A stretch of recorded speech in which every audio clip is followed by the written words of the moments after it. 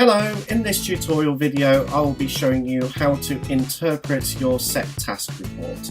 So this is the report that you will receive as a teacher into your email account 1 minute after the deadline that the work is due by the learners. So in this particular case here, this should have ended at 1 PM on the particular date, and so this report will come into your email inbox at 1 minute past 1.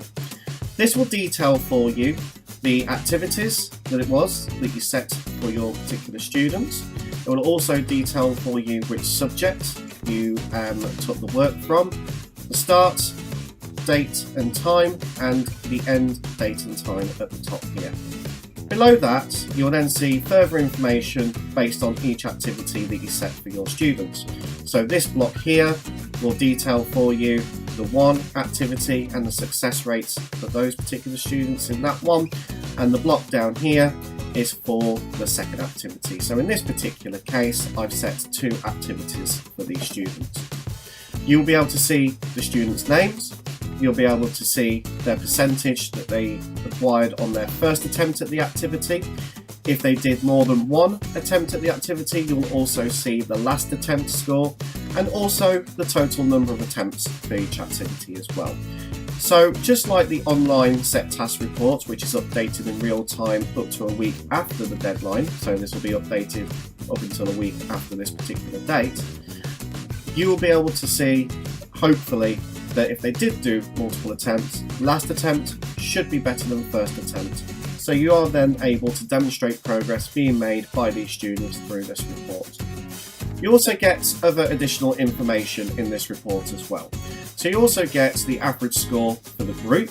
So in this particular case, the average score for the group overall was 67%. And also the average score nationally. So taking all students across the SAM learning community that have completed this particular activity on apostrophes is currently sat at 70%. So 67% for the group, so they're 3% below the national average at this point in time. You'll also be able to see the average for the group for the attempts made, and also the average for the group nationally as well. You can use this information in several different ways.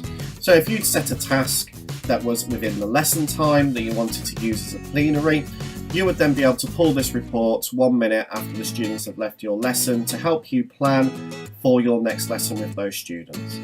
If you used it as a starter activity, when you get this report in 15 minutes into your lesson, you'll then be able to ascertain who is going to be set what work for that lesson as well, therefore differentiating the work even further within your class or within your intervention group.